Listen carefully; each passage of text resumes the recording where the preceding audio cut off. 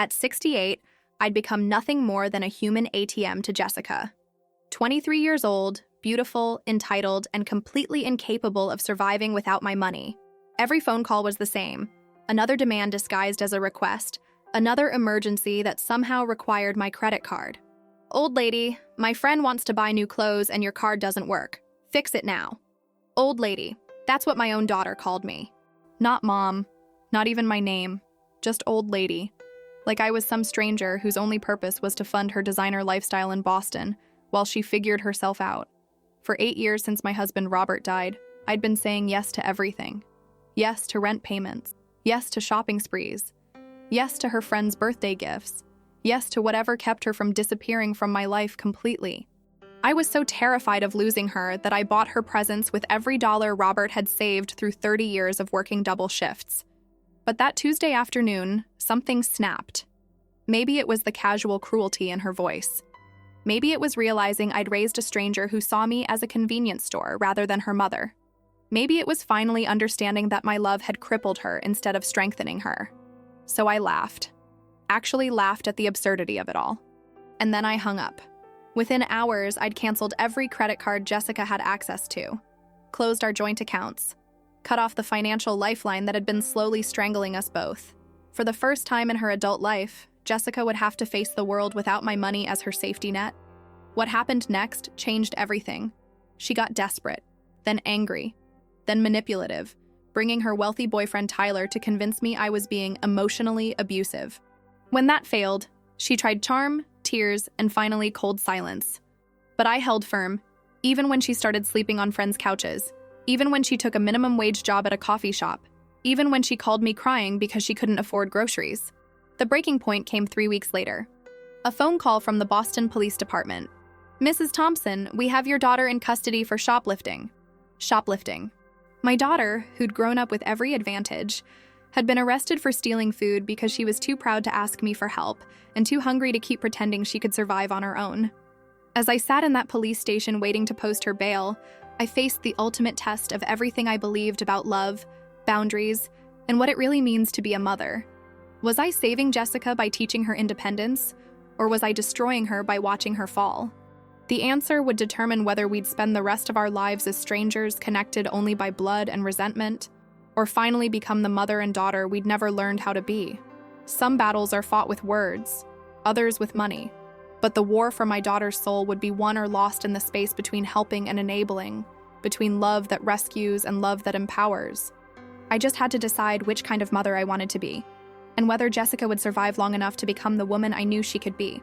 The last call I ever expected to change everything was the one where I finally said no. The morning light filtered through the lace curtains of my kitchen window, casting delicate shadows across the worn wooden table that had belonged to my grandmother. At 68, I had developed a routine as predictable as the tides in nearby Marblehead Harbor. Coffee at 6:30, made strong the way my late husband Robert used to like it, though he'd been gone now for 8 years. Toast with strawberry preserves from the farmer's market on Federal Street. The Salem Gazette spread open to the obituaries first. A morbid habit, perhaps, but at my age, I'd learned that knowing who had passed was as important as knowing who remained. My colonial home on Chestnut Street had been in the family since 1892, its bones solid despite the creaking floors and drafty windows that reminded me daily of necessary repairs I kept postponing. The house was too big for one person. 4 bedrooms, 2.5 baths, a formal dining room that hadn't hosted a proper dinner party since Robert's funeral. But it was home, filled with memories pressed between its walls like flowers in an old book. I had just settled into my favorite armchair, the burgundy velvet one positioned perfectly to watch the morning joggers pass by, when my phone buzzed. A text from Jessica. "Mom, need to talk later. Important." No greeting, no affection, just the efficient communication style of someone who had reduced our relationship to its most utilitarian elements. I set the phone aside and returned to my newspaper, but the words seemed to blur together. These important conversations always meant money. At 23, Jessica had never held a job longer than 3 weeks. She'd dropped out of Boston University in her junior year, claiming the professors didn't understand her creative vision. What that vision entailed, I'd never been quite sure, though it apparently required a fully funded lifestyle in a trendy South End apartment, complete with regular shopping excursions and dinners at restaurants I couldn't pronounce the names of, let alone afford on my fixed retirement income. But I could afford them, technically. Robert had been careful with investments, and his life insurance policy had left me comfortable enough to live modestly while helping Jessica find herself. What had started as temporary support after her college dropout had evolved into a permanent arrangement where I funded not just her necessities, but her every whim. Designer handbags, weekend trips to the Cape, even her friends' birthday gifts when Jessica claimed she was a little short this month. The irony wasn't lost on me. I, who had worked for 32 years as a high school librarian, who knew the value of every dollar earned, had raised a daughter who treated money like autumn leaves, abundant, renewable, and easily scattered to the wind. I walked to the kitchen to refill my coffee, pausing at the refrigerator where a photo of Jessica from her high school graduation still hung beneath a magnet shaped like a lighthouse. In that picture, she was radiant, hopeful, her arm around my shoulders as we stood in front of Salem High's brick facade. Her smile was genuine then, not the practiced expression she wore now when asking for favors. When had that changed? When had my little girl, who used to bring me dandelions and call them the most beautiful flowers in the world, become someone who addressed me with casual dismissal? The phone rang at 10:47 a.m. I knew without looking that it was Jessica. "Hi, sweetheart," I answered, forcing warmth into my voice. "Mom, I need to talk to you about something." Her tone was brisk, businesslike. No reciprocal greeting, no inquiry about my health or plans for the day. "Of course. How are you, honey? How's the apartment?" "It's fine. Listen, I need you to increase the limit on the visa you gave me. It got declined yesterday at Saks, and I was with Brittany. It was embarrassing." I felt that familiar tightness in my chest, the one that had become my body's automatic response to these conversations. Declined? But I thought the limit was $2,500. It is, but I hit that already this month, and it's only the 15th. Brittany and I went to that new boutique in Newberry Street, and then we had lunch at that place I told you about. The one where they serve the truffle pasta? Anyway, I need at least $5,000 on the card. Brittany's birthday is coming up, and I want to get her something nice. I walked to the window, watching Mrs. Henderson next door tend to her garden. At 82, she still knelt in the dirt, planting bulbs for spring flowers she might not live to see. There was something beautiful about that faith in the future, that investment in hope, rather than immediate gratification. "Jessica, $5,000 is. That's quite a bit. What exactly are you planning to buy?" "God, Mom, do I have to itemize everything? It's not like you can't afford it. Besides, this is important to me. Brittany has been such a good friend, and she introduced me to Tyler. You know, the guy I told you about who works in finance. I need to make a good impression." Tyler. This was new. In the past year, there had been Brad, the aspiring musician who needed help with studio time. Before that, Marcus, the artist who required expensive materials for his breakthrough sculpture. Each relationship seemed to come with a price tag that somehow landed on my credit card statement. "Tell me about Tyler," I said, settling back into my chair. "He's amazing, Mom. Really successful. He drives a BMW and lives in one of those new condos near the harbor. But his friends are all sophisticated. I need to fit in, you know.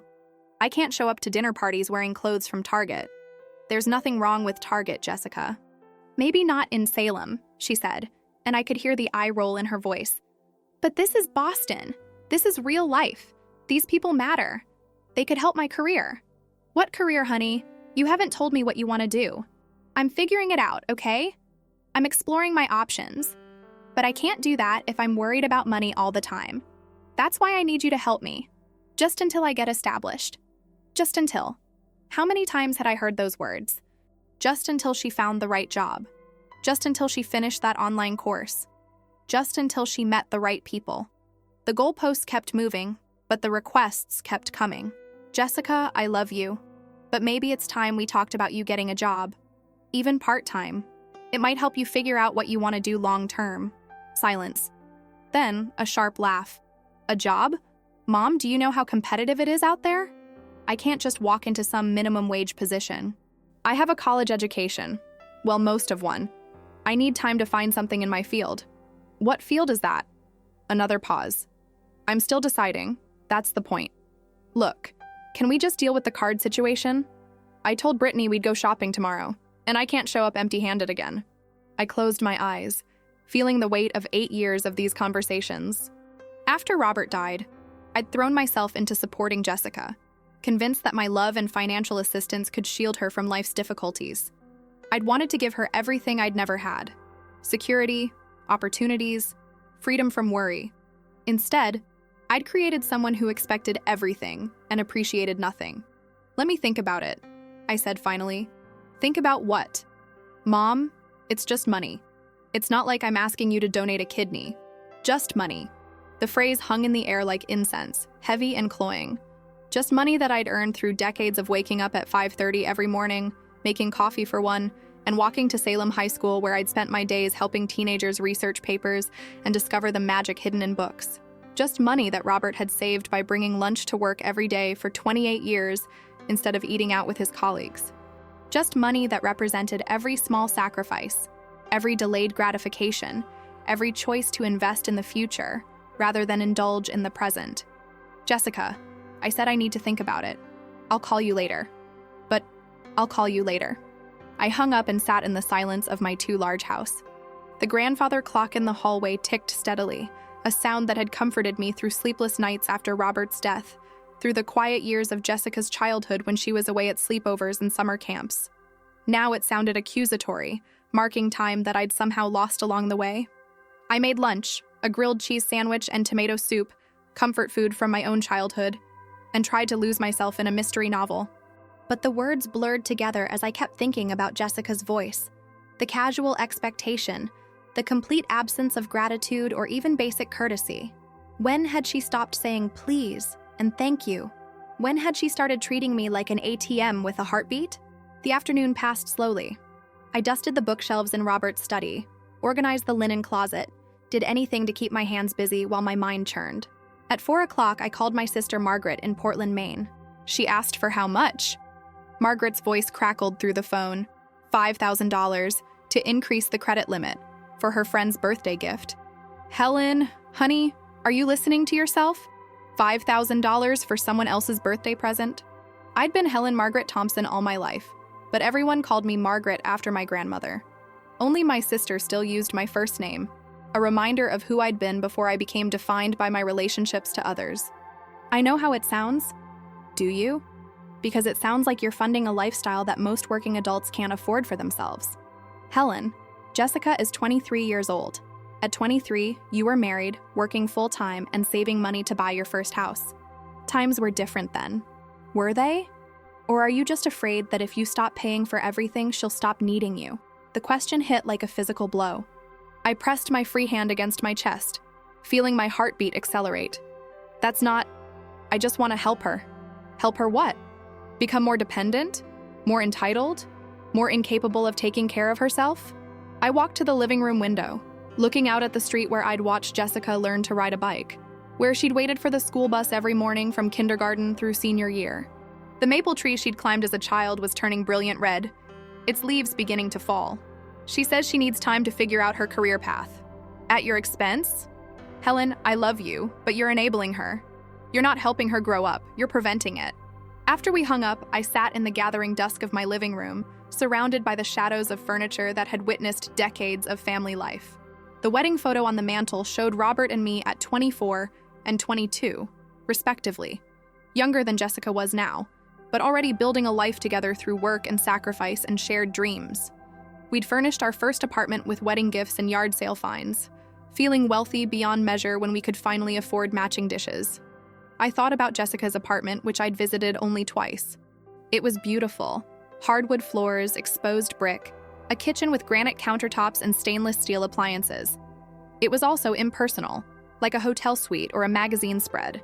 There were no plants that required daily watering, no projects half-finished, no evidence that anyone actually lived there rather than simply occupied the space. The phone rang again at 7:30. Mom, did you think about the card? No hello, no inquiry about my day. No acknowledgement that we were two human beings in relationship, rather than a transaction waiting to be completed. Jessica, let's have lunch this week. We need to talk. About what? The card situation? Because I really need an answer tonight. Brittany and I are planning to leave early tomorrow. About us? About your life? About what you want for your future. My future is fine, Mom. What I want is for my credit card to work when I try to use it. It's not complicated. I closed my eyes, feeling suddenly exhausted. Come to lunch on Sunday. We'll make your favorite, pot roast with mashed potatoes. I can't Sunday. Tyler invited me to his friend's house in Nantucket for the weekend, but maybe the following week. Look, about the card. Sunday, Jessica, 1 o'clock. But I just told you. Sunday, 1 o'clock. If you want to discuss the credit card, we'll discuss it then. I hung up before she could respond, my hands trembling slightly. It was a small act of defiance, but it felt monumental. For the first time in months, maybe years, I had set a boundary and maintained it. That night, I lay in bed listening to the house settle around me. Every creak and sigh was familiar, comforting in its predictability. But something felt different. Some subtle shift in the atmosphere, as if the air itself was charged with possibility. I thought about Margaret's words. Are you afraid that if you stop paying for everything, she'll stop needing you? Maybe I was. Maybe funding Jessica's lifestyle was my way of ensuring she'd never completely leave me behind. Maybe every credit card payment was actually a payment against my own loneliness, my own fear of becoming irrelevant in her life. But what kind of relationship was built on financial dependency? What kind of love required money to sustain it? And what was I actually teaching her about the world, about responsibility, about the satisfaction that comes from earning rather than receiving? I fell asleep with these questions swirling in my mind, unaware that in 2 days, everything would change with a single phone call that would test everything I thought I knew about being a mother. Sunday morning dawned crisp and clear, one of those perfect October days that made Salem look like a postcard. I spent the morning preparing Jessica's favorite meal, despite not knowing whether she'd actually show up. The pot roast went in the oven at 10. I peeled potatoes, snapped green beans, mixed the ingredients for dinner rolls from scratch. Cooking had always been my way of showing love, and today I poured all my conflicted emotions into the simple acts of measuring and stirring and tasting. At 12:30, I set the dining room table with the good china, the pieces that had been my mother's wedding gift to Robert and me. As I arranged the napkins and polished the water glasses, I realized I was preparing for more than lunch. I was preparing for a conversation that had been years in the making, one that might finally determine whether Jessica and I had a relationship worth saving, or whether we were just two people bound by biology and financial transactions, pretending that constituted love.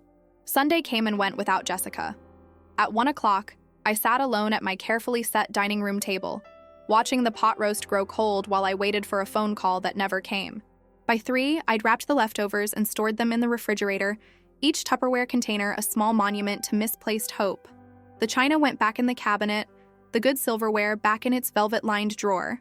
I spent the rest of the afternoon in my garden, pulling weeds with more force than necessary, my hands growing dirty and my back aching in a way that felt oddly satisfying. Monday brought rain and the familiar sting of disappointment. I called Jessica twice, reaching voicemail both times. Her recorded message was breezy, cheerful. Hey, you've reached Jess. I'm probably off having an adventure. Leave a message and I'll get back to you when I can. I didn't leave a message either time. What was there to say? Tuesday morning, as I stood in my kitchen making coffee for one, I found myself studying my reflection in the window above the sink. 68 years old, with silver hair I'd finally stopped dyeing, and laugh lines that had deepened into permanent fixtures around my eyes.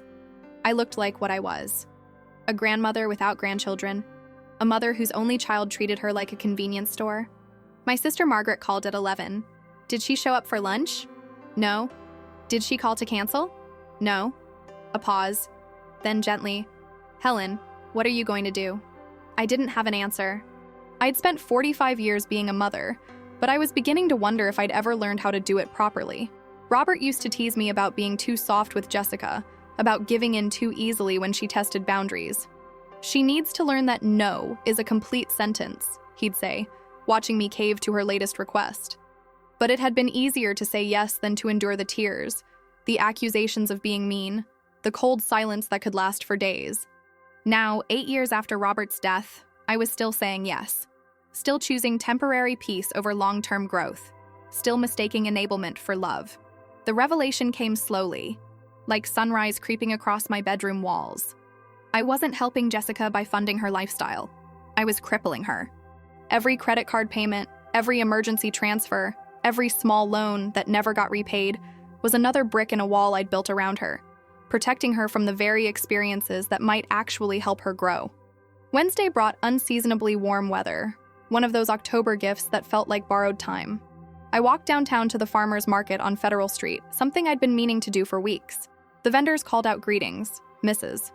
Chen with her organic vegetables, young Tom Morrison selling honey from his family's hives, elderly Mrs. Kowalski with her homemade pierogi that sold out every week before noon. These people worked. They woke up before dawn to harvest, to bake, to prepare their offerings for the day. They dealt with customers, made change, cleaned up when the market closed. They understood something my daughter didn't: the direct connection between effort and reward, between value given and value received. At the honey stand, Tom Morrison, who couldn't have been more than 25, told me about his plans to expand his operation, to buy more hives, and maybe rent a small storefront eventually. His eyes lit up when he talked about his 5-year plan, about the business loan he was saving for, about the girlfriend who helped him at weekend markets while working her own full-time job as a nurse. "It's not easy," he said, handing me a jar of wildflower honey, "but it's ours, you know? Everything we build, we earn." Walking home, I thought about that word, earn. When was the last time Jessica had earned anything? When was the last time she'd felt the satisfaction of completing a difficult task, of solving a problem with her own resources, of going to bed tired from honest work? Thursday afternoon, my phone rang with an unknown number.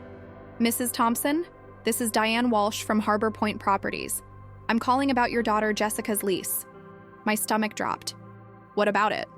"Well, she's 3 months behind on rent. We've been trying to reach her, but she hasn't returned our calls. She listed you as her emergency contact, so I wanted to discuss payment arrangements." 3 months, $12,000, not counting late fees. While Jessica had been asking me for money to buy birthday gifts and designer clothes, she hadn't been paying her basic living expenses. I wasn't aware," I managed. "I understand this is awkward, Mrs. Thompson, but we need to resolve this situation by Friday, or we'll have to begin eviction proceedings. Can Jessica contact us today to discuss payment?" After I hung up, I sat in my kitchen staring at my phone. The betrayal cut deeper than the money. For months, while I'd been worrying about increasing her credit limit, Jessica had been lying about her most basic responsibilities. She'd let me believe she was managing her finances while secretly defaulting on everything that mattered. I called her immediately. This time, she answered on the first ring. "Mom, perfect timing. I was just about to call you." "Jessica, I just got a call from your landlord. You're 3 months behind on rent?" Silence. Then, "Who told you that?" "Your property manager. You listed me as your emergency contact, remember?" "Look, Mom, it's complicated. The rent went up and I've had some unexpected expenses. $12,000, Jessica, plus late fees. While you've been asking me for shopping money." "It's not that simple. I was waiting for the right time to tell you. I didn't want you to worry." The casual manipulation in her voice, the assumption that this too would somehow become my problem to solve, ignited something I'd kept buried for years. "Where are you right now?" I asked. "At Brittany's. We're getting ready to go to lunch at that new place in the North End." "With what money?" "I have some cash." "From where?" Another pause. "Tyler gave me some spending money for the week." Tyler, the sophisticated finance professional with the BMW and the harbor condo. The man Jessica was trying to impress with clothes and gifts bought with my money. The man who was now funding her lunch dates while she avoided her landlord's calls. "Come home," I said. "What?" "Come home. Now, we need to talk." "Mom, I can't just leave. We have reservations." "Then cancel them." "I can't do that to Brittany." "Look, can we talk tonight? Or maybe this weekend?" This weekend. Always next weekend, next week, when it was convenient for her. Never now, never when the difficult conversations needed to happen. "Jessica, if you're not here in 2 hours, I'm calling Harbor Point Properties and telling them you'll need to handle your rent situation without my help." "You wouldn't do that." The certainty in her voice, the absolute confidence that I would ultimately cave, as I always had, was like a slap. "Try me." I hung up and immediately called the property manager back. "Ms. Walsh? This is Margaret Thompson. I wanted to clarify something about my daughter's situation. I will not be providing assistance with her back rent or future payments. Any arrangements need to be made directly with Jessica." "I understand, Mrs. Thompson. Thank you for letting us know." After I hung up, I sat in the silence of my house, my heart pounding. It was done. For the first time in Jessica's adult life, I had declined to rescue her from the consequences of her choices. An hour and 47 minutes later, Jessica's car pulled into my driveway. I watched from the living room window as she sat in her Honda Civic, a car I'd helped her buy 2 years earlier, apparently steeling herself for whatever conversation awaited. When she finally walked up the front steps, her face was set in the expression I remembered from her teenage years, the one that meant she was prepared for battle. "I can't believe you did that," she said the moment I opened the door. "Come in. Sit down." "No, I'll stand. This won't take long. I just need to understand why you're suddenly trying to ruin my life." I looked at my daughter. Really looked at her. She was wearing jeans that cost more than I spent on groceries in a month, carrying a purse I'd purchased for her birthday, wearing jewelry I'd given her for Christmas. She was beautiful, polished, perfectly put together. She was also 23 years old and completely incapable of taking care of herself. "I'm not trying to ruin your life, Jessica. I'm trying to stop ruining it." "What's that supposed to mean?" "Sit down, please." She perched on the edge of the sofa, as if ready to flee at any moment. "When your father died," I began, "I was terrified of losing you too. Not physically, but emotionally. I was afraid that if I couldn't give you everything you wanted, you'd drift away from me. So I said yes to everything, every request, every emergency, every small favor. I told myself I was being a good mother. You were being a good mother. No, I wasn't. A good mother prepares her child for independence. A good mother teaches responsibility and consequences. A good mother loves her child enough to let them fail so they can learn to succeed." Jessica's jaw tightened. "So this is some kind of tough love thing? You're going to let me get evicted to teach me a lesson? I'm going to stop preventing you from growing up. This is insane. I'm not some teenager who needs discipline. I'm an adult." "Then act like one." The words hung between us, sharper than I'd intended. Jessica's face flushed red. "Act like one? What does that even mean? Get some minimum wage job stocking shelves? Live in some crappy apartment I can barely afford? Wear clothes from Walmart? If necessary, yes." She stared at me as if I had suggested she sell her organs. "You don't understand what it's like out there. The competition, the expectations. I can't just start at the bottom. Everyone starts at the bottom, honey. That's how you learn to climb. Easy for you to say. You had Dad. You had help. You had someone to split expenses with, someone to support your dreams. Your father worked 2 jobs our first 3 years of marriage. I worked full-time and went to school at night to get my teaching certificate. We ate pasta and canned soup for dinner more nights than I can count. We didn't go out to restaurants. We didn't buy designer clothes. We saved every penny we could because we understood that security comes from what you build, not what you're given. That was different. That was then. How was it different? The economy, the job market, everything. It's harder now." I walked to the bookshelf and pulled out a photo album, flipping to pictures from our early marriage. Robert and me in our first apartment, beaming despite the secondhand furniture and mismatched dishes. Robert in his work clothes, coming home exhausted but proud after his shifts at the factory. Me in my student teaching classroom, nervous but determined. "Look at these pictures, Jessica. Do we look miserable? Do we look like we felt deprived?" She glanced at the photos reluctantly. "You look happy." We were happy. Because we were building something together. Because every small victory was earned. Every improvement was our own accomplishment. You've never felt that, have you? That pride in achieving something difficult? Her face crumpled slightly, but she rallied quickly. "This is ridiculous. You're punishing me because I haven't struggled enough? Because my life has been too easy? I'm not punishing you.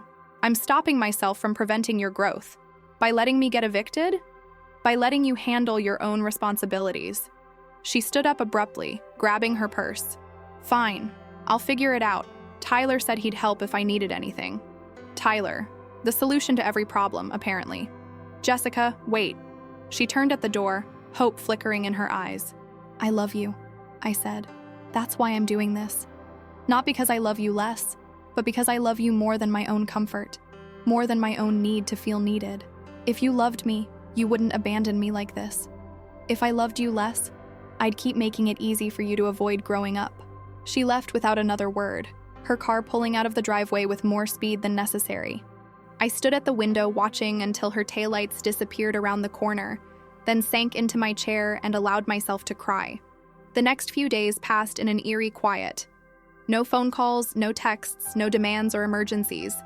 I kept expecting Jessica to contact me, to apologize or negotiate, or simply assume that enough time had passed for things to return to normal. Instead, there was silence. I used the time to examine my bank statements, calculating how much I'd given Jessica over the past 3 years. The number was staggering. Enough for a down payment on a small house, enough for a new car, enough for a very comfortable retirement enhancement I'd never allowed myself. Money spent on temporary fixes instead of lasting solutions, on maintaining dependency instead of fostering growth. Saturday afternoon, my phone rang. Jessica's number. "Hi, sweetheart." "Mom." Her voice was strained, different. "I need to ask you something." "Okay. Did you cancel my credit cards?" I closed my eyes. "Yes." "All of them?" "All the ones I was responsible for, yes." A long pause. "Why?" "Because it was time." "Time for what?" "Time for you to take responsibility for your own financial life." But I was depending on those. I have expenses, commitments. Then you'll need to find another way to handle them. What other way? I don't have a job. I don't have savings. Tyler's been helping, but he can't pay for everything. Then maybe you need to get a job. Another long silence. When she spoke again, her voice was smaller, younger. I don't know how. For the first time in our conversation, she sounded like she might be ready to listen. "You start by looking," I said gently. "You check job boards. You visit businesses. You ask friends if they know of openings. You take whatever you can get initially, and you work hard to prove you're reliable. What if I can't find anything? Then you keep looking until you do. What if I'm terrible at it? Then you learn to get better. What if, Jessica, what if you're braver and more capable than you think you are? What if you've just never had the chance to find out?" She was crying now. I could hear it in her breathing. "I'm scared, Mom." "I know, sweetheart. Being scared is normal. But being scared doesn't excuse you from growing up. Will you at least help me figure out where to start?" It was the first time in months she'd asked for guidance instead of money. "Of course. But I won't do the work for you. And I won't rescue you if things get difficult. I think I understand." We talked for another hour, mapping out a plan. She would stay with Brittany temporarily while looking for work. She would apply for at least 5 jobs per day. She would take the first position offered, regardless of whether it matched her imagined career path. She would learn to budget, to save, to live within her means. It wasn't the conversation I'd expected to have when I canceled her credit cards. It was better. It was the beginning of the relationship I'd always hoped we might have. One based on mutual respect rather than financial dependency, on genuine care rather than transactional obligation. After we hung up, I sat in my living room as evening settled around the house. Tomorrow would bring new challenges, new opportunities for Jessica to prove to herself what she was capable of. For me, it would bring the difficult work of learning to love without enabling, to support without rescuing, to be a mother in ways I'd never allowed myself to explore. The grandfather clock chimed 8 times, marking another day survived, another step forward. Outside my window, the maple tree continued its autumn transformation, leaves falling to make room for new growth come spring. Change, I realized, was rarely comfortable, but it was always necessary. That night, I slept better than I had in years, but I had no idea that the real test was still coming. Tuesday afternoon would bring a phone call that would challenge everything I'd decided, everything I'd resolved. A moment when Jessica's desperation would collide with my new boundaries in a way that would define our relationship forever. It started innocently enough. I was in my kitchen, preparing vegetables for a soup that would last me several days, when my phone rang. Jessica's number, but something in the ringtone felt urgent, insistent. "Mom?" Her voice was different. Not the entitled tone I'd grown accustomed to, not the manipulative sweetness she deployed when she wanted something, but something rawer, more desperate. "Jessica, what's wrong?" God, this is so embarrassing. I'm at CVS with Brittany and my card got declined. For a pack of gum, Mom. A pack of gum. Everyone's looking at us and Brittany's trying to pretend it's not awkward, but... Slow down, sweetheart. Tell me what happened. I found a job. Well, sort of. This coffee shop downtown said they might have an opening next week, but they need to check references and do a background check and all this stuff. But I don't start for at least 10 days, and I literally have no money. None. Tyler said he'd help with rent, but he's out of town on business and I can't reach him. And Brittany's been buying my food for 3 days now, and I can't keep letting her do that. The old Margaret would have already been reaching for her wallet, calculating how much to transfer to Jessica's account to tide her over. The new Margaret, the one who had made the difficult decision 3 days earlier, forced herself to pause, to breathe, to think. Where are you sleeping? Brittany's couch. But her roommate's getting annoyed, and I don't blame her. I'm basically homeless, Mom. I never thought I'd say that word about myself, but that's what I am. Homeless. The word hit like a physical blow. My daughter, sleeping on a friend's couch, unable to buy a pack of gum. Every maternal instinct I possessed screamed at me to fix this, to make the emergency transfer, to restore her credit cards, to bring her home where she'd be safe and fed and warm. What about the job applications? Have you heard back from anyone else? I've applied to like 15 places. McDonald's, Starbucks, Target, the grocery store, even the gas station down the street from Brittany's. Nothing. One place said they'd call me back, but that was 4 days ago. I could hear the tears in her voice now, the real fear beneath the desperation. Jessica, I know this is scary. Scary? Mom, I'm 23 years old and I can't buy a pack of gum. I applied for a job at McDonald's yesterday, and they wanted to know about my work history. What work history? I've never had a real job. I don't know how to do anything. I can't even figure out how to apply for unemployment because I've never been employed. The rawness in her voice was something I'd never heard before. Not manipulation, not entitlement, but genuine fear and self-awareness. For the first time, Jessica was seeing herself clearly, understanding the position she'd put herself in through years of avoiding responsibility. You know how to do more than you think. No, I don't. I don't know how to budget because I've never had to. I don't know how to interview because I've never needed to. I don't know how to live on minimum wage because I've never made minimum wage. I'm completely useless, and everyone can see it. This was the moment I'd been preparing for without realizing it. The crisis that would test everything I decided about tough love and boundaries and enabling. My daughter was in genuine distress, facing real consequences for the first time in her adult life. She was scared, humiliated, and completely out of her depth, and she was calling me to fix it. Jessica, take a deep breath. I can't. I literally can't. Brittany's in the bathroom, and I'm standing here in CVS like some kind of charity case, and there's this old lady behind me with her granddaughter, and the little girl asked her grandma why I was crying, and Mom, I need help, old lady. The casual cruelty of the phrase, referring to someone like me as if I were somehow less than human, less deserving of basic respect, suddenly crystallized everything I'd been feeling. How many times had Jessica used similar language to dismiss people who worked hard, who lived within their means, who understood the value of money because they'd earned it? I'll help you, I said slowly, but not the way you want me to. What does that mean? It means I'll help you figure out how to help yourself. It means I'll give you advice, guidance, emotional support. It means I'll teach you what I know about budgeting and interviews and living frugally. But I won't give you money. Silence. Then, Mom, I need money. I need it today. I need groceries. I need gas money. Jessica, I love you too much to keep preventing you from learning how to take care of yourself. This isn't about learning. This is about survival. I'm going to be on the street. No, you're not. You have options. You can call more potential employers today. You can ask Brittany if you can do chores around her apartment to earn some spending money. You can go to a food bank if you need groceries. You can walk instead of driving if you don't have gas money. A food bank? Are you serious? You want me to go to a food bank? If that's what you need to do to eat while you look for work, yes. Mom, this is insane. You have the money. You could fix this with one phone call to the bank. Why are you letting me suffer like this? Because I love you, I thought. Because suffering builds character in ways that comfort never can. Because you need to understand what it means to struggle so you can appreciate what it means to succeed. Because fixing it won't help you grow. I don't want to grow. I want to eat. I want to have a place to sleep. I want to not be humiliated every time I try to buy something.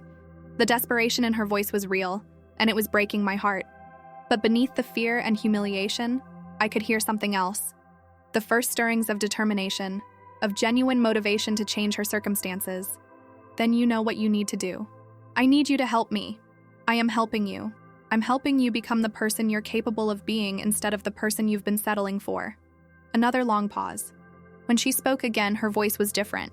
Not defeated, but resigned in a way that might have been the beginning of acceptance. I can't believe you're doing this to me. I can't believe it took me this long to do it. She hung up without saying goodbye. I stood in my kitchen, still holding the phone, feeling as if I'd just pushed my only child off a cliff and hoping she'd discover she could fly. The rest of that Tuesday passed in a blur of second-guessing and self-doubt. Had I been too harsh? Was there a middle ground I should have explored? What if Jessica really couldn't find work? What if she ended up in genuine danger? But alongside the worry was something I hadn't felt in years. Hope. Hope that Jessica might finally be motivated enough to discover what she was capable of. Hope that our relationship might evolve beyond financial transactions into something real and mutual and lasting. Wednesday morning brought another call, but this one was different.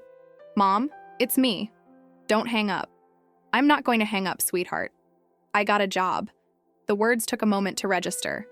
You did? At the coffee shop, the one I told you about.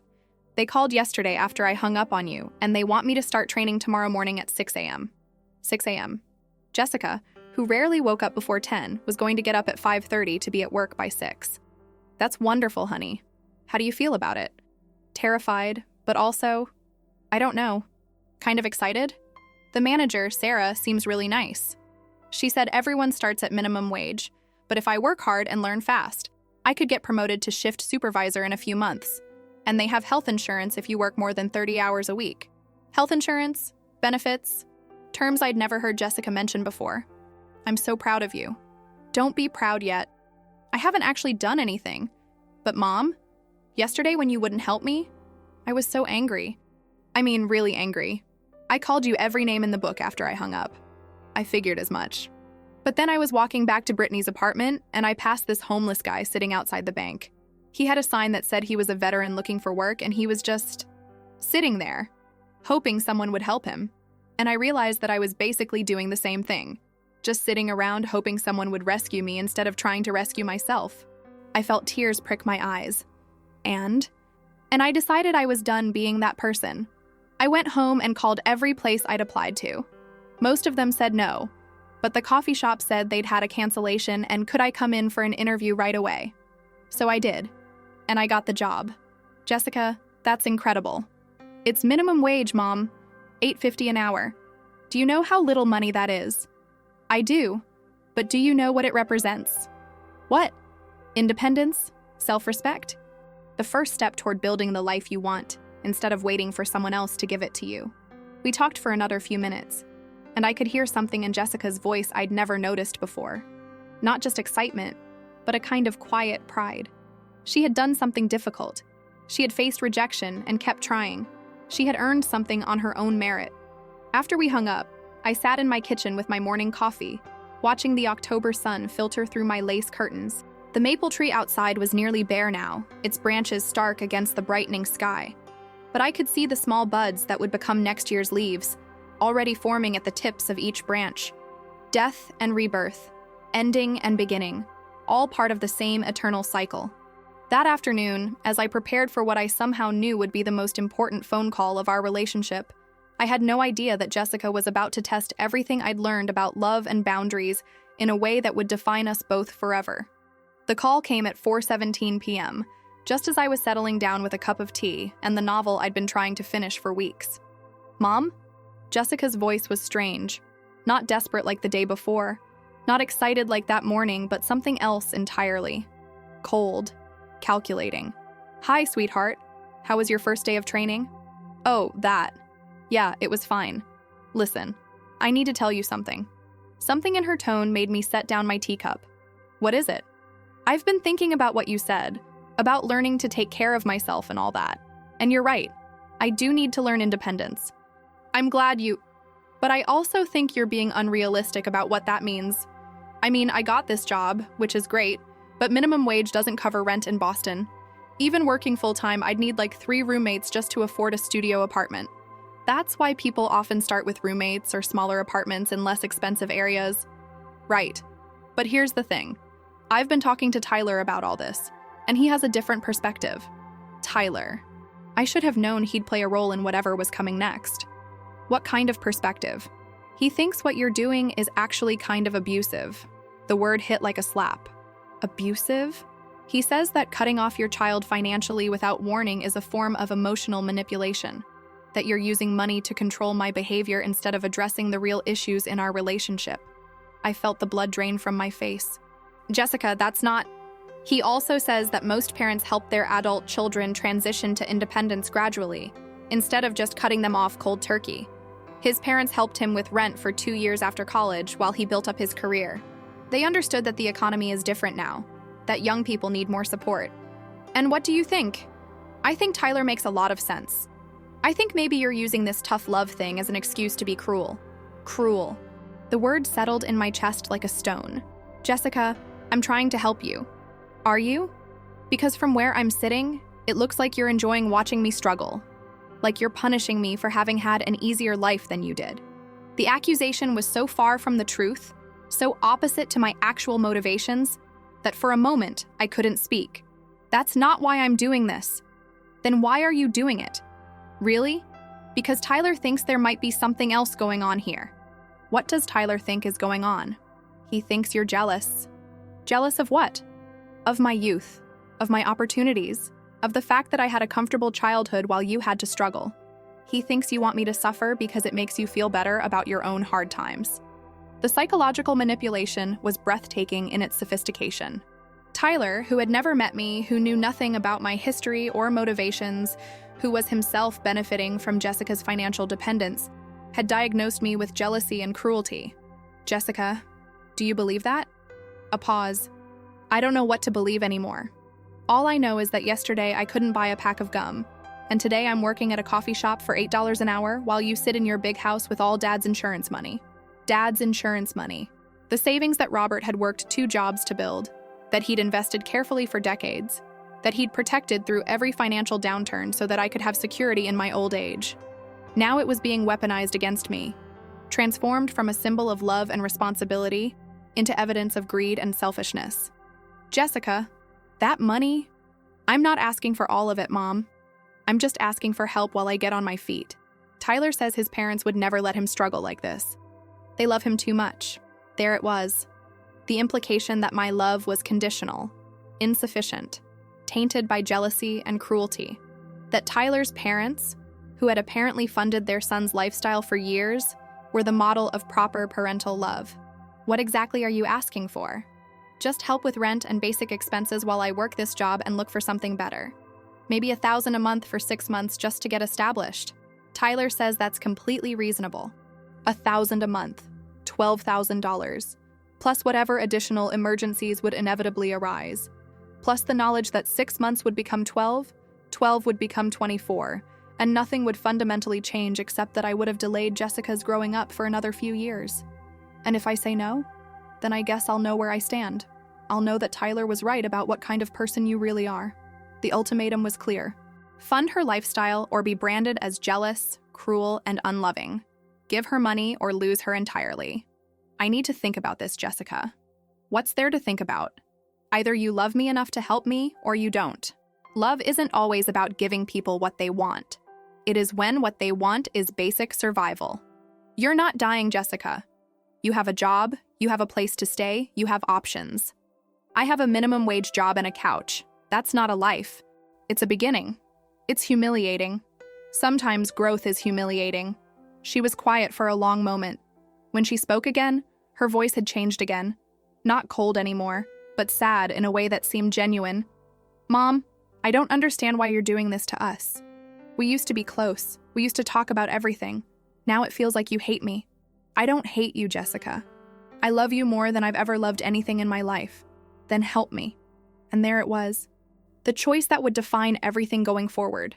Give in to the manipulation and return to the cycle of dependence that had characterized our relationship for years, or hold firm to boundaries I'd only just learned to set. I thought about Tyler, who apparently had parents willing to fund his lifestyle indefinitely. I thought about Jessica, sitting in her friend's apartment, genuinely scared and genuinely struggling for the first time in her adult life. I thought about Robert, who had worked those extra shifts, not so I could use his life insurance to enable our daughter's dependence, but so I could have the security to make difficult decisions based on love rather than fear. I'll help you, I said finally. I could hear her exhale with relief. Thank you, Mom. I knew you'd... I'll help you learn to budget on minimum wage. I'll help you look for a better job. I'll help you find affordable housing with roommates. I'll help you apply for any assistance programs you qualify for. I'll be here to listen when you're frustrated or scared or overwhelmed. But I won't give you money. Silence. Jessica? So Tyler was right. You really are going to let me suffer. I'm going to let you grow. Same thing, apparently. No, sweetheart. Growing and suffering are completely different things. Suffering is what happens when you avoid growth for so long that life forces it on you all at once. She hung up without another word. That evening, as I prepared a simple dinner for one, I found myself thinking about Tyler. I'd never met him, knew nothing about him beyond Jessica's descriptions, and his apparent willingness to fund her lifestyle. But his psychological assessment of me, jealous, cruel, manipulative, had shaken me more than I wanted to admit. Was there truth in it? Was I unconsciously punishing Jessica for having had an easier childhood than I did? I called my sister Margaret in Portland. Helen, you sound terrible. What's wrong? I told her about the conversation, about Tyler's accusations, about Jessica's ultimatum. And you're wondering if maybe this Tyler character is right? I don't know. Maybe I am jealous. Maybe I do want her to struggle because I had to. Helen Margaret Thompson, listen to me. I watched you work 2 jobs to put yourself through college. I watched you care for our mother during her last illness while raising a toddler and maintaining a full-time teaching career. I watched you nurse Robert through his cancer treatments while keeping your family financially afloat. If there's anyone in this world who understands the value of hard work and sacrifice, it's you. But you know what else I watched? What? I watched you give Jessica everything you never had. Piano lessons, dance classes, summer camps, college tuition, study abroad programs. You gave her opportunities that we couldn't have dreamed of. You gave her advantages that should have set her up for success. Instead, they set her up for dependence. That's not jealousy, Helen. That's love that lost its way. After we hung up, I sat in my living room surrounded by photographs that chronicled Jessica's childhood. Birthday parties where I'd spent money I couldn't afford to make everything perfect. Christmas mornings where the tree was surrounded by presents I'd saved for months to buy. Graduation ceremonies where I beamed with pride as she accepted honors she'd earned through natural intelligence rather than hard work. In every picture, Jessica looked happy, confident, loved.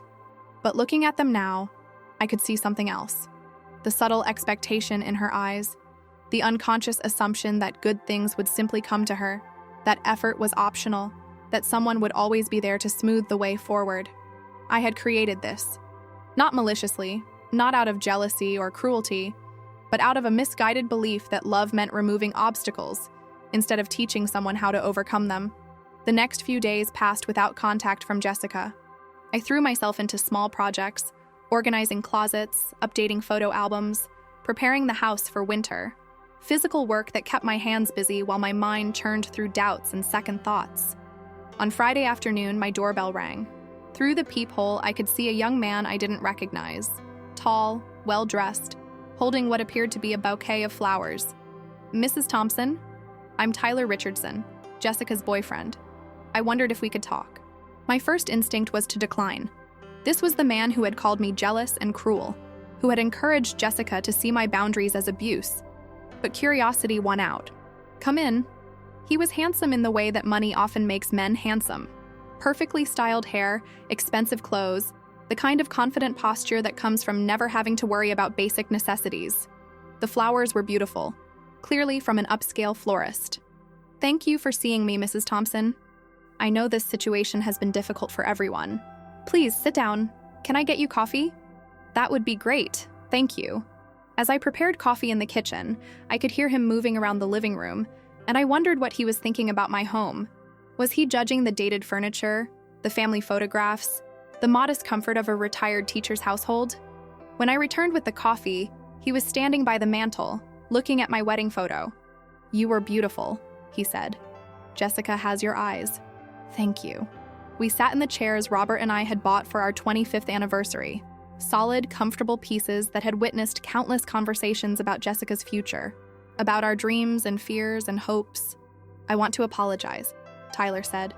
Some of the things I said to Jessica about your parenting decisions were inappropriate. I don't know you, and I had no right to make psychological assessments about your motivations. I set down my coffee cup, surprised. I appreciate that. The truth is, I'm worried about her. She's been staying with friends, bouncing from couch to couch, and she's not handling this transition well. What do you mean? She's angry all the time, At you, at herself, at the world. She cries a lot. She talks about feeling abandoned and worthless. I'm concerned about her mental health. The words hit like a physical blow. My daughter, crying herself to sleep on friends' couches, feeling abandoned and worthless. Everything I'd hoped to avoid by setting boundaries. Has she talked to anyone? A counselor? A therapist? She can't afford therapy. She's working minimum wage at a coffee shop, Mrs. Thompson. Do you know what that means in Boston? Even working full-time, she'd need 3 roommates to afford a studio apartment in a decent neighborhood. I know it's difficult. Do you? I mean, really? When was the last time you tried to live on $8.50 an hour? The challenge was direct but not hostile. He was asking a genuine question. Not recently, I admitted. I grew up with money, Mrs. Thompson. My parents are investment bankers. I've never had to worry about rent or groceries or whether my car would pass inspection. But I've been watching Jessica try to figure out basic survival, and it's heartbreaking. He leaned forward, his expression earnest. I understand what you're trying to teach her. Independence, responsibility, the value of hard work. Those are important lessons. But there's a difference between teaching someone to swim and throwing them in the deep end of the ocean. What are you suggesting? A middle ground. I know Jessica asked for $1,000 a month, and I know you said no. But what if it was less? What if it was just enough to cover rent while she builds up her work experience? $300 or $400 a month, just temporarily, just until she can afford to live independently. $300 or $400 a month. It seemed reasonable, almost modest compared to what I'd been spending on Jessica's lifestyle. But I could see the slope. Once I started giving again, the amount would increase, the timeline would extend, and we'd be back where we started. Tyler, can I ask you something? Of course. Why are you with Jessica? He looked surprised by the question. What do you mean? I mean, you're successful, financially secure, apparently quite accomplished. Jessica is, well, she's struggling right now. She doesn't have a career, doesn't have financial independence, doesn't seem to know what she wants to do with her life. What attracts you to that situation? His face flushed slightly. I care about her. She's beautiful, intelligent, fun to be with. But doesn't her dependence concern you? Her inability to take care of herself? Everyone needs help sometimes, Mrs. Thompson. My parents helped me get started after college. It's normal. For how long? What? How long did your parents help you financially? He shifted in his chair. That's not really relevant. I think it is. Because if you're encouraging Jessica to see my boundaries as abusive, I'd like to understand what your definition of appropriate parental support looks like. A long pause. My parents helped me with rent for about 18 months while I got established in my career. And then I was making enough to support myself. But you had a career plan. You had education and skills and direction. Jessica doesn't have any of those things. How long do you think she should be supported while she figures it out? Another pause, longer this time. Look, Mrs. Thompson, I'm not here to debate parenting philosophy. I'm here because I care about Jessica. And she's in pain. Real pain. She feels like you've abandoned her, like you've chosen money over your relationship with her. And what do you think I should do about that? I think you should help her. Not indefinitely, not without expectations, but help her transition to independence instead of forcing her to do it all at once. I looked at this young man, earnest, well-intentioned, genuinely concerned about Jessica's well-being. He wasn't malicious or manipulative. He was simply someone who had never experienced real financial hardship, who had been raised to believe that family money was a safety net available indefinitely. Tyler, what would happen if Jessica learned to live independently without any financial help from me or from you? She'd struggle unnecessarily. She'd be stressed and unhappy and probably resentful. What else? What do you mean? What else might happen if she learned to support herself completely? He thought about it. She might feel proud of herself, I suppose. Accomplished. What else? She might develop better financial skills. Learn to budget and save. What else? She might not need anyone to take care of her financially. Including you? The realization dawned slowly across his features. Including me. Tyler, I think you care about Jessica, but I also think you care about being needed by her, about being the one who rescues her when things get difficult. And I think maybe you're worried that if she becomes truly independent, she won't need you anymore. He stood up abruptly. That's not what this is about, isn't it? I love her. I believe you do. But love and need aren't the same thing. And right now, Jessica doesn't know the difference. He gathered himself, straightening his shoulders. So you won't help her? Not even a little? I'll help her in every way that doesn't involve money. But no, I won't fund her lifestyle even modestly. Even if it means losing your relationship with her? Especially if that's what it takes to save it. He left the flowers on my coffee table. Expensive roses that would wilt within the week. Beautiful, but ultimately temporary.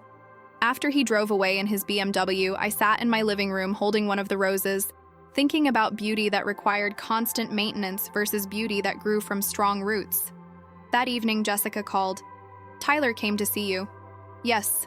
He said you were reasonable, but that you still won't help. That's right. Mom, I don't understand. I'm trying so hard. I get up at 5:30 every morning. I work 8-hour shifts on my feet, dealing with customers who treat me like I'm invisible. I come home exhausted and smelling like coffee grounds. I'm doing everything you said I should do, and it's not enough. What do you mean, it's not enough? I mean, I can't live like this. I can't afford rent even with roommates. I can't afford a car payment. I can't afford health insurance when I turn 26 next year. I applied for food stamps, and they said I make too much money. Too much. $8.50 an hour is too much for food assistance. I could hear the exhaustion and frustration in her voice, and it broke my heart. But underneath the complaints, I could also hear something else. The beginning of real understanding about how the world worked for people who didn't have family money to fall back on. Jessica, what you're experiencing, that's what most people deal with every day. That's why they work so hard to improve their situation, to gain skills, to advance in their careers. But it's so hard, Mom. Everything is so much harder than I thought it would be. I know, sweetheart, but hard doesn't mean impossible. Easy for you to say. You had Dad. You had help. I had help that I worked for, that came through partnership and mutual sacrifice. Your father didn't rescue me from responsibility. We shared it. I don't have a partner like that. You could someday, but not while you're looking for someone to take care of you instead of someone to build a life with. A long silence. Are you talking about Tyler?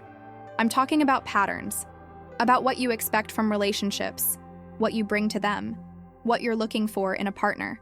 Tyler's been good to me. Has he? Or has he been good to your need to be taken care of? Another silence, longer this time. I have to go, Mom. My shift starts in an hour, and I need to figure out how to get there. The T doesn't run this early, and I can't afford Uber every day. How have you been getting to work?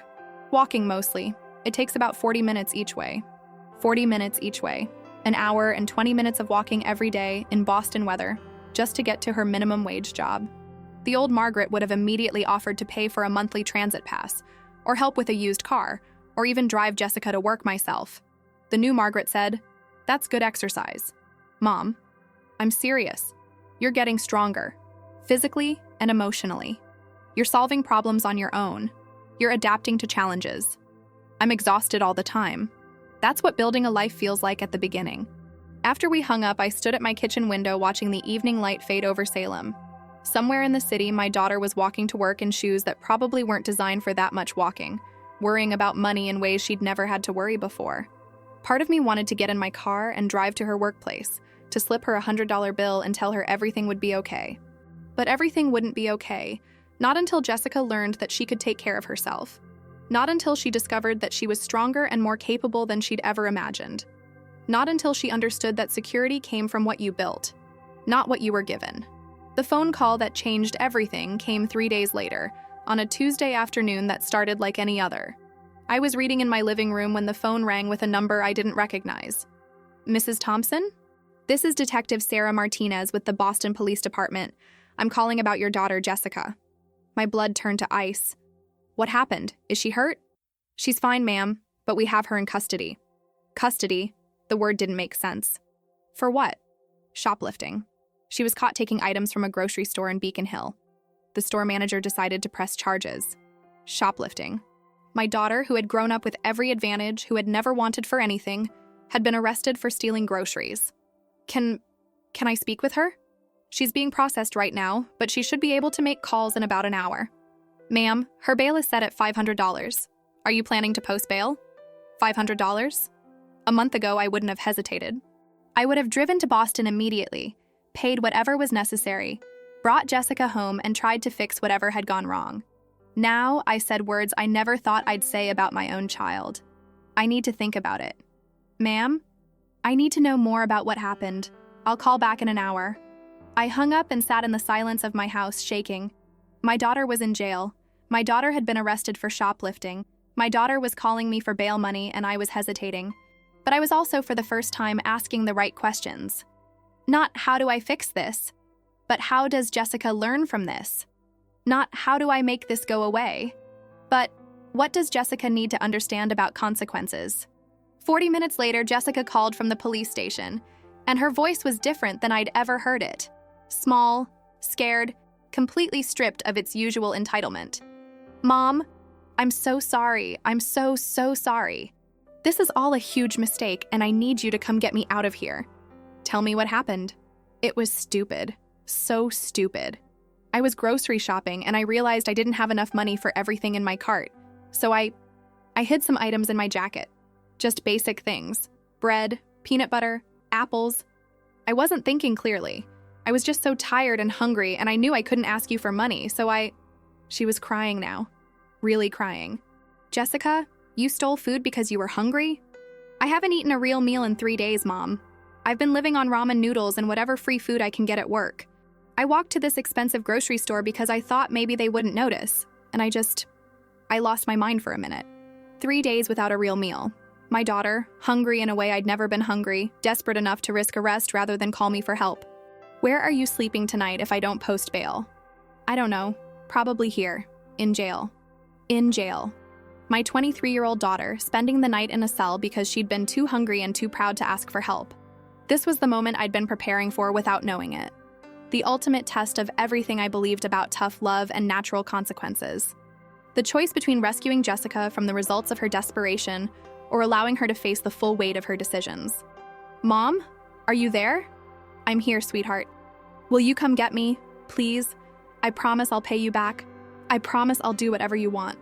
I just can't stay here tonight. The desperation in her voice was unlike anything I'd ever heard. This wasn't manipulation or entitlement. This was genuine terror, genuine need, genuine understanding of how far she'd fallen. Jessica, I want you to listen to me very carefully. Okay. I love you more than my own life. That will never change no matter what you do or what happens to you. I love you too, Mom. So you'll come? I'll be there in 2 hours to post your bail. The relief in her voice was audible. Thank you. Thank you so much. I'll never. But when you get out, you're coming home with me. And we're going to have a very long conversation about what happens next. Okay, yes, whatever you want. This isn't about what I want anymore, Jessica. This is about what you need to learn. The drive to Boston felt endless. I kept thinking about Jessica in a holding cell, probably surrounded by people whose desperation had led them to make choices they'd never imagined making.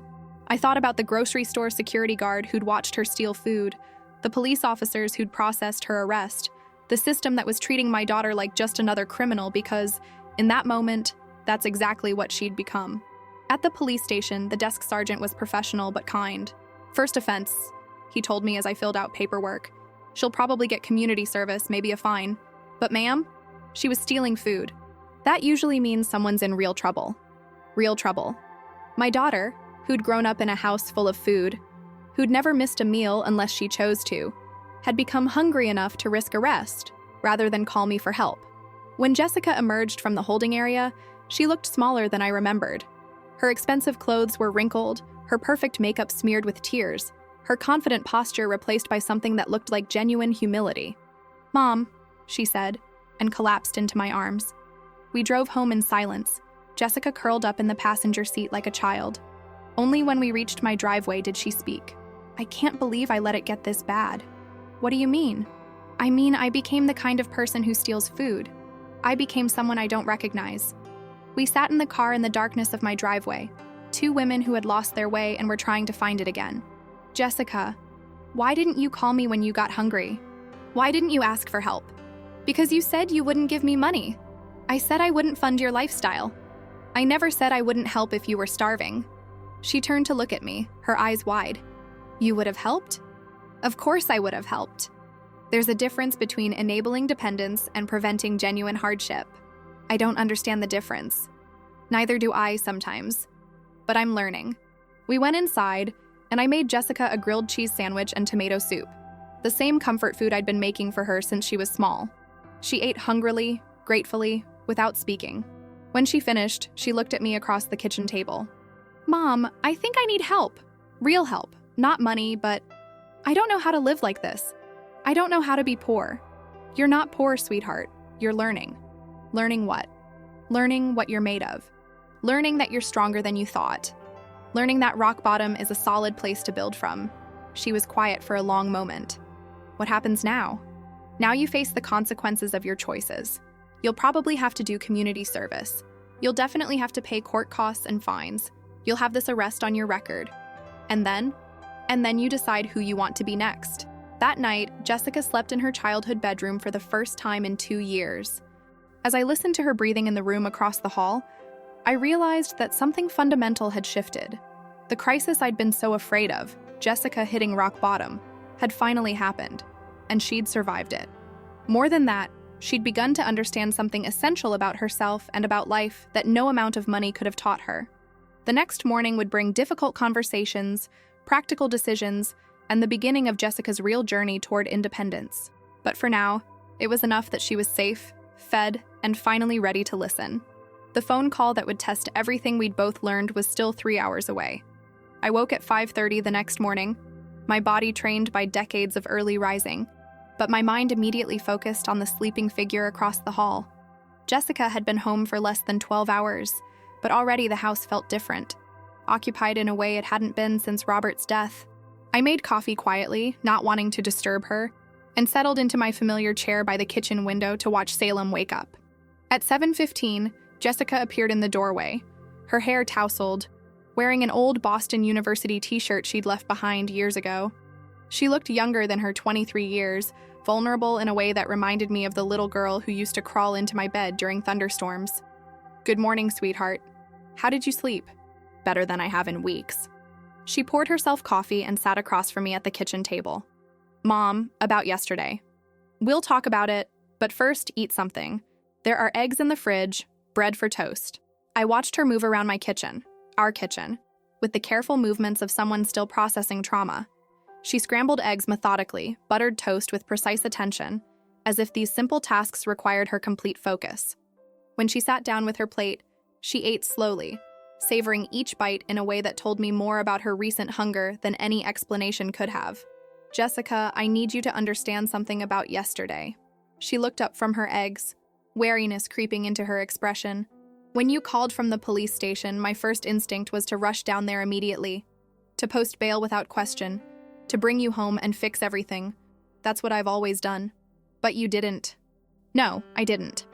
I made you wait 2 hours while I thought about what would actually help you versus what would make me feel better. What's the difference? Coming immediately would have made me feel like a good mother. Making you wait taught you something about consequences." She was quiet considering this. "What did it teach me?" "You tell me. That you weren't going to automatically rescue me anymore?" "What else?" "That actions have results. That I can't just assume someone will fix my problems. And," she thought longer this time, "that I could survive something I thought would destroy me." "Exactly." I reached across the table and took her hand. "Jessica, you spent a night in jail for shoplifting and you didn't fall apart. You faced something genuinely difficult, and you came through it. That's strength you didn't know you had." I was terrified. "Of course you were, but you survived being terrified. That's not a small thing." We finished breakfast in comfortable silence, and then Jessica helped me clear the dishes, something she'd never volunteered to do before. As we worked side by side at the sink, she said quietly, "I need to tell you some things about how bad it really got." "I'm listening." "Tyler broke up with me 3 days ago." I stopped washing dishes and turned to face her. "I'm sorry, honey." "Don't be." He said I'd become too needy and that he couldn't handle my financial drama. Turns out he was only interested in the version of me that didn't have problems. How do you feel about that? Angry mostly, but also relieved. Like maybe I was trying so hard to be what he wanted that I forgot who I actually was. "And who are you?" She was quiet for a long moment, drawing a plate with unnecessary thoroughness. "I don't know yet. I thought I knew, but it turns out most of what I thought was me was just stuff you bought for me." The honesty in her voice was startling. "What do you mean?" I mean, my identity was all external. The apartment, the clothes, the restaurants, the friends who only hung around because I could pay for things. When all that went away, I realized I didn't know what was left. What did you find? That I'm stronger than I thought. That I can get up at 5:30 every morning and work an 8-hour shift and walk home when I'm exhausted. That I can survive on ramen noodles and free coffee samples when I have to. That's not nothing, Jessica. It's not enough either. I mean, surviving isn't the same as living. No, but it's the foundation of living. You can't build a life until you know you can sustain one. We moved to the living room, settling into the chairs where Jessica had spent countless evenings as a teenager, complaining about homework or gossiping about friends. Now she curled up in Robert's old chair, looking small and thoughtful. Mom, I owe you an apology. A real one. For what? For treating you like an ATM, for taking advantage of your love, for saying horrible things when you tried to help me grow up. She paused, her voice growing smaller. For calling you old lady, like you were some stranger instead of my mother. The memory of that phrase, the casual cruelty that had started this entire journey, still stung. I forgive you. Just like that. Jessica, I've been enabling your dependence for years. I'm as responsible for our dynamic as you are. Why did you do it? Really? I thought about Margaret's question weeks ago, about whether I was afraid Jessica would stop needing me if I stopped paying for everything. Because after your father died, I was lonely and scared. I was afraid that if I couldn't give you everything you wanted, you'd disappear from my life. So I bought your presents with money. That must have been expensive. It was, but not just financially. It cost both of us the chance to have a real relationship. What's a real relationship supposed to look like? Mutual respect, honest communication, two people who choose to be in each other's lives because they value each other, not because one needs something from the other. She was quiet for a long time, staring out the window at the maple tree that had finally shed all its leaves. I want that, she said finally. I want to be someone you're proud to know, not someone you feel obligated to support. I'm already proud of you. For what? Getting arrested? For getting up every morning and going to work even when it's hard? For walking 40 minutes each way because you couldn't afford transportation? For trying to solve your own problems instead of automatically calling me? For sitting here now, having an honest conversation about our relationship? I stole food, Mom. Yes, you did. And you'll face the consequences of that. But you also worked for 3 weeks at a job that paid minimum wage without complaining to me about how hard it was. You tried to take care of yourself. That matters. The phone rang, interrupting our conversation. Jessica's face immediately tensed. It's probably about court dates or something. I answered, but it wasn't about Jessica's arrest. It was Diane Walsh from Harbor Point Properties. Mrs. Thompson, I wanted to follow up about Jessica's lease situation. We haven't heard from her since our last conversation. I looked at Jessica, who was watching me with apprehensive eyes. Ms. Walsh, Jessica isn't living in that apartment anymore. She'll need to arrange with you directly to handle any remaining obligations. I understand. Will she be calling us today? I'll let her know you called. After I hung up, Jessica looked stricken. How much do I owe them? I don't know, but you'll need to call and find out. What if it's thousands of dollars? What if they sue me? Then you'll deal with it. You'll set up a payment plan, or you'll negotiate a settlement, or you'll face whatever legal consequences there are. I can't afford a lawyer. There are legal aid services for people who can't afford representation. But what if... Jessica, stop. You can't solve every potential problem right now. You can only handle what's in front of you today. She took a deep breath. You're right. I'll call them this afternoon. Good. What else do you need to handle today? I need to call work and tell them I won't be in. I need to find out about my court date. I need to figure out where I'm going to live. She paused. Can I stay here while I sort things out? Just temporarily? This was the question I'd been dreading and anticipating. Having Jessica home felt right in ways I hadn't expected, but I also knew that too much comfort could undo the progress she'd made. You can stay for 2 weeks, I said. That should give you time to find a room to rent somewhere affordable. 2 weeks? She looked hurt. I thought maybe a month or two, just until I get back on my feet. Jessica, what did we just talk about? About building a real relationship instead of a dependent one? But I'm not asking for money. Just a place to stay. Room and board is money. Heat and electricity and groceries are money. If you stay here too long, we'll fall back into old patterns. What if I pay rent? I could give you part of my paycheck. How much do you make in a week? About $240 after taxes. And how much do you think your share of utilities and groceries would be? She calculated in her head. Maybe $50 or $60? Try $120. Her face went white. That's half my paycheck. Welcome to adult life. Most people spend 30 to 50% of their income on housing. But that would leave me almost nothing.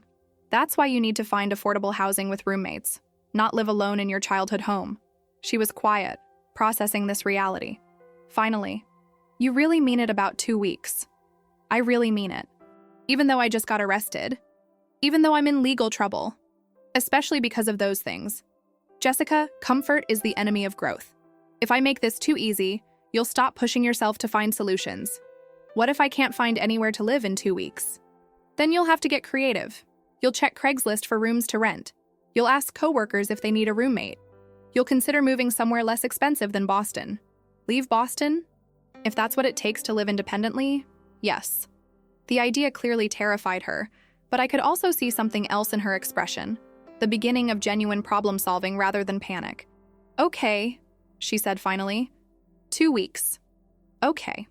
That afternoon, while Jessica made the difficult phone calls she'd been avoiding, I sat in my garden pulling the last of the dead plants from my flower beds. October in Massachusetts meant preparing for winter, accepting that some things had to die so others could grow back stronger in spring. Through the kitchen window, I could hear Jessica's voice as she spoke with the property manager, the court clerk, her supervisor at the coffee shop. Her tone was different than I'd ever heard it. Respectful, responsible, adult. She was asking questions about payment plans, court procedures, work schedules. She was handling her business. When she came outside an hour later, her face was flushed but determined. I owe Harbor Point $3,600. They'll accept $200 a month until it's paid off. That's a lot of money on your salary. It's almost all of my paycheck for the next 18 months. But the alternative is they sue me and it goes on my credit report forever. So what are you going to do? I'm going to pay it, and I'm going to ask for more hours at work, and I'm going to look for a second job. That's going to be exhausting. Probably, but so was walking 40 minutes to work every day, and I survived that. I looked at my daughter, really looked at her. 3 weeks ago, she would have asked me to pay the debt, or to loan her the money, or to negotiate with the property company on her behalf. Now she was accepting responsibility and making plans to handle it herself. I'm proud of you, Jessica. For owing $3,600 I don't have, for taking responsibility for it. Over the next week, I watched Jessica transform in small but significant ways. She got up every morning at 5:30 without an alarm, showered quickly, and left for work with a travel mug of coffee and a lunch she'd packed herself. She came home tired but not defeated, ate dinner with me at the kitchen table, and spent her evenings looking for second jobs and affordable rooms to rent. She didn't complain about being tired or overwhelmed. She didn't ask for advances on her allowance or loans to tide her over. She simply worked, searched, planned, and adapted. On Wednesday evening, she told me she'd found a second job waitressing at a diner 3 nights a week. It's not glamorous, she said, but the tips are decent and they're flexible about scheduling around my coffee shop hours. When will you sleep? I'll figure it out. People work multiple jobs all the time. Yes, they do, but it's hard. Most worthwhile things are hard, aren't they? The wisdom in her voice, earned wisdom, not borrowed wisdom, caught me off guard. Yes, they are. Friday afternoon brought a call from Tyler. Jessica was at work, and I almost didn't answer when I saw his name on caller ID. Mrs. Thompson, I wanted to apologize for how things ended with Jessica. I don't think you owe me an apology, Tyler. I think I do. When she got arrested, I panicked. I wasn't ready to deal with someone else's serious problems. I realized I liked the version of Jessica who didn't need anything from me except fun and companionship. That's honest. I also realized you were right about something. What's that? I was attracted to her dependence, to being the one who could solve her problems. When she started trying to solve them herself, I felt unnecessary. And how do you feel about that now? Confused, mostly. I saw her yesterday at the coffee shop where she works, and she looked different. Tired, but also, I don't know, stronger, more real. She is stronger. Do you think she'd want to see me again? I thought about this question. Tyler, what would you want from a relationship with Jessica now? I don't know. She's not the same person she was a month ago. No, she's not. She's better. Better how? She's becoming someone who doesn't need to be rescued. Someone who can take care of herself and therefore has something to offer a partner instead of just needs to be met.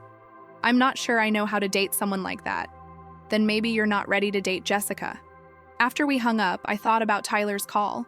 He was young, privileged, well-intentioned, but ultimately unprepared for the complexity of a relationship with someone who was doing the hard work of growing up. Maybe someday he'd be ready for that kind of partnership. Maybe someday Jessica would be interested in trying again.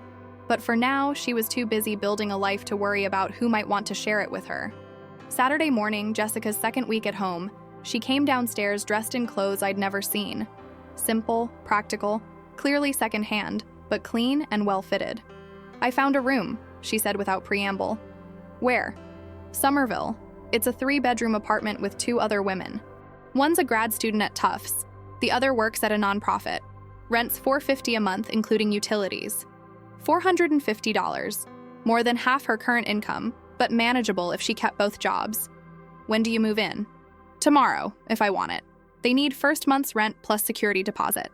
$900, money she didn't have. "How are you planning to handle the deposit?" "I'm going to ask if I can pay it in installments. If not," she shrugged, "I'll figure something out." "What if they say no to installments?" "Then I'll keep looking until I find someone who will work with me." "Jessica, I could loan you the deposit money." Her face went through several expressions: relief, temptation, consideration, and finally resolve. "No, thank you. It would be a loan, not a gift. You could pay me back over time." "Mom, if I borrow money from you now, when will it stop?" "Next month I'll need money for groceries, or my car registration, or work clothes. I'll always have a good reason to need help." "This is different. This is getting you established." "No, it's not different. It's the same pattern with a different excuse." She sat down across from me. "I need to know I can handle my own life. All of it. Even the hard parts. Especially the hard parts." I looked at my daughter, this young woman who had learned more about herself in 3 weeks than she'd learned in 23 years, and felt something I hadn't experienced since she was small. Pure, uncomplicated pride. "You're right." "I am?" "You're absolutely right, and I'm proud of you for saying no. Even though it means I might not get the apartment? Especially because it means you're committed to building your independence completely." Sunday afternoon, Jessica packed her belongings, which fit easily in 2 small suitcases and a backpack. As I watched her fold her clothes, I was struck by how little she actually needed.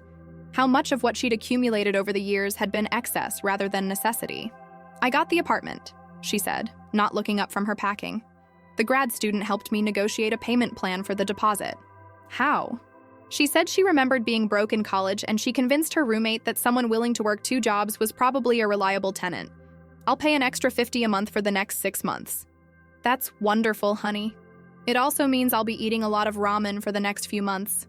"You'll survive." "I know I will. That's the thing. I know I can survive almost anything now." As we loaded her car, I thought about all the times I'd helped Jessica move before, to college, to her first apartment, to her failed attempts at independence that always ended with me providing financial backup. This time was different. This time, she was leaving not because she could afford to live somewhere else, but because she was ready to live somewhere else. "Mom?" Jessica stood by her car, keys in hand. "Thank you." "For what?" "For loving me enough to let me fall down. For not rescuing me when rescue would have prevented me from learning to save myself. I'm sorry it took me so long to figure out the difference. I'm sorry it took me so long to be ready to learn it." We hugged in my driveway. 2 women who had finally found their way to each other through the hardest path possible. "Will you call me?" I asked. "Not for money. I know. Just to talk. About your life, your work, your dreams for the future. What if I don't have dreams yet? What if I'm still figuring out what I want? Then call me about the figuring. Call me when you're confused or scared or proud of something you've accomplished. Call me when you want to share something with someone who loves you." That sounds like what a real mother-daughter relationship might look like. I think it is. After Jessica drove away, I stood in my empty driveway feeling the familiar ache of solitude. But this time, the loneliness was different. Not the hollow anxiety of wondering whether my daughter needed me, but the peaceful sadness of missing someone I loved, who was exactly where she needed to be. That evening, as I prepared dinner for one, my phone rang. "Mom?" "Hi, sweetheart. How's the new apartment?" "Small, clean. The roommates are nice. I can hear the neighbors upstairs, and there's no dishwasher, and I'm pretty sure the shower has exactly 3 minutes of hot water." "Sounds awful," I said, smiling. "It sounds perfect. It sounds like home. My home. The first place I've ever lived that I'm paying for completely myself. How does that feel?" "Scary. exciting, real. We talked for 20 minutes about practical things: which grocery stores were cheapest, how to make ramen more nutritious, whether she needed me to send her winter clothes. But underneath the mundane conversation was something we'd never had before: the easy comfort of two adults who cared about each other without needing anything from each other. Mom, one more thing. What's that? I love you. Not because you pay for things or fix my problems or make my life easier. I love you because you're kind and smart and strong enough to do the right thing even when it's hard. I love you too, Jessica, for exactly the same reasons. After we hung up, I sat in my quiet house thinking about love, how I'd confused it with enabling for so many years, how Jessica had confused it with financial support, how we'd both had to learn that real love sometimes requires saying no. Outside my window, the maple tree stood bare against the November sky, its branches stark, but not lifeless. In a few months, those branches would bud with new growth, stronger for having survived the winter. Change, I realized, was rarely comfortable. But it was always possible, even when it came later than it should have. 6 months later, Jessica called to tell me she'd been promoted to shift supervisor at the coffee shop and had saved enough money to buy a used car. A year later, she called to say she'd enrolled in community college, studying business administration with money she'd earned and saved herself. 2 years later, she called to tell me about David, a classmate who worked construction during the day and studied accounting at night, who understood what it meant to build something from nothing, who loved her for her strength rather than her need to be rescued. And 3 years later, she called to say she'd graduated with her associate's degree and been accepted to transfer to a 4-year university with partial scholarships she'd earned through academic merit and community service. Mom, she said during that call, remember when you used to worry that I'd stop needing you if you stopped giving me money? I remember. You were right to worry. I did stop needing you for money, but I started needing you for so much more: for advice, for encouragement, for someone to share good news with, for someone who knew me when I was lost and could celebrate how far I've come. That sounds like the relationship I always hoped we could have.